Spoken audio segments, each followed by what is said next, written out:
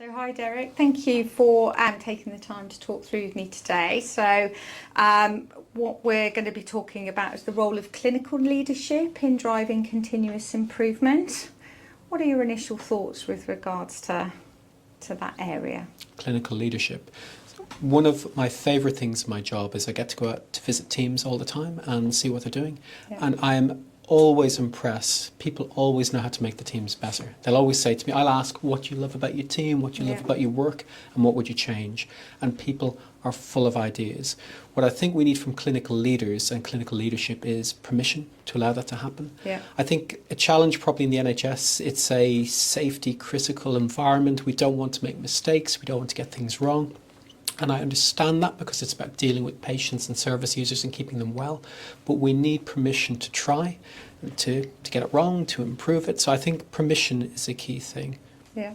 So you've talked about permission. I suppose it might be helpful to really understand what that permission might look like to those sort of teams on the shop floor. I think it's about being curious about your service. So I think clinical leaders need to ask what's working well, what's not working well. Clinicians know their teams, they know their patients. They sometimes don't know the approaches to take or they're not sure about what they can do.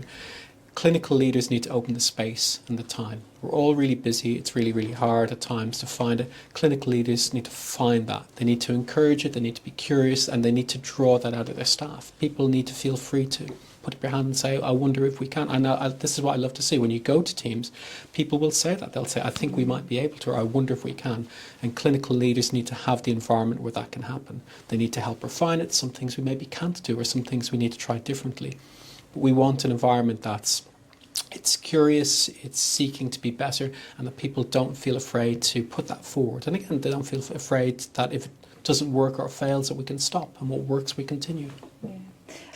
Do you have any thoughts around how we can improve the profile and start to think about how we can roll out or implement more of these team level frontline huddles across the trust?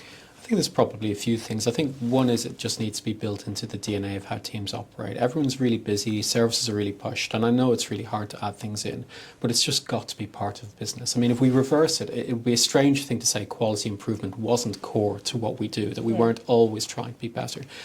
Finding the architecture to have it, whether it's part of or it follows on from a team meeting or the ward round or whatever it is your structure is, it's just got to be there. And then I think the cultural piece is that people feel familiar with it, they see what works, they feel comfortable to speak up in it. I think the larger organisational part is that we can link different teams together. They can understand what other units or other services are doing, that the cross-learning goes between them as well. So there's something about it happening at a team or unit level, and that clinicians feel at the front of it, and that it's just culturally who we are and what we do. Yeah. Teams are really busy. There are competing priorities. This may be perceived as another ask from an organisational perspective. How is it that we can support teams to sort of take this team problem solving, this opportunity to come together forward? Yeah, I get it, and I think there's a truth in that everyone is really busy. I'm really grateful for how hard folk are working, but it's the same if we think about our education, our development, our training. We have to find the time. Without that, we're not good clinicians. And we sometimes, again, get the slight paradox that I'm too busy to think about how I can look at a system that will make me less busy. And we all are familiar with the process. We have to find the time. So a good team, good clinical leaders will ensure that despite the pressures, I mean, these are the things that help us do our job. They will make us more efficient in the work that we're doing. They're going to help us provide better care. So I do get the pressure that we are too busy to think about how we quality improve. We have to reverse that and say it's because we're so busy, we have to force the time and look at the systems we've got and the way we're doing things. Yeah. And as you said, that sort of clinical leadership, bringing the team together and providing that role modelling. And I think for me, that's something, isn't it? It's about role modelling that need for dedicating time and space to thinking about what needs to be improved and actually how the team can go about it. And I think there's something around empowering teams. So, teams feeling that they're making the changes that are important to them. I don't know whether that prompts any thinking at all from you. Yeah, it does. So a couple of things strike me. When I visit teams, I'm always struck how proud people are of the work they're doing, Yeah. how they would like to make it better. And then there's often a challenge that they think, well, am I allowed to do that? So this comes back to the permission part. And I think, but I don't know the detail of how you're describing your service to me, so how could I come in and change that? Sometimes it's me saying, yes, you can do that, but I think the clinical leadership part is unlocking that. And again, it's trying to get away from a fear of what if we try and it doesn't work. Well, if it doesn't work, then we've learned something about that too. Absolutely. Fail is a really important word in quality improvement language, because we need to understand what doesn't work so that we can think about what we need to do to make things work.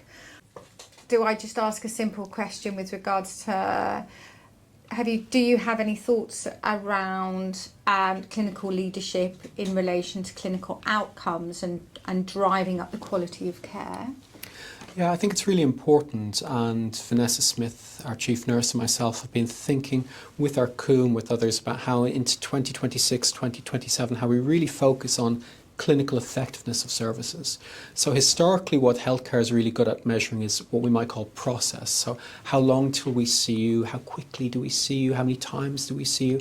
And that's important information. What we've been less good at doing, because it's a bit harder to do, is checking how well do we get you, how good is the care we provide. And a lot of the driver for that will be looking at clinical outcome measurements. So we could think about the people we see. They might vary by age or gender or ethnicity or any other characteristic.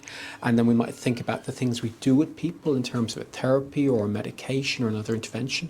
And we'd love to link that with, is he getting you well? So can we measure clinical outcomes?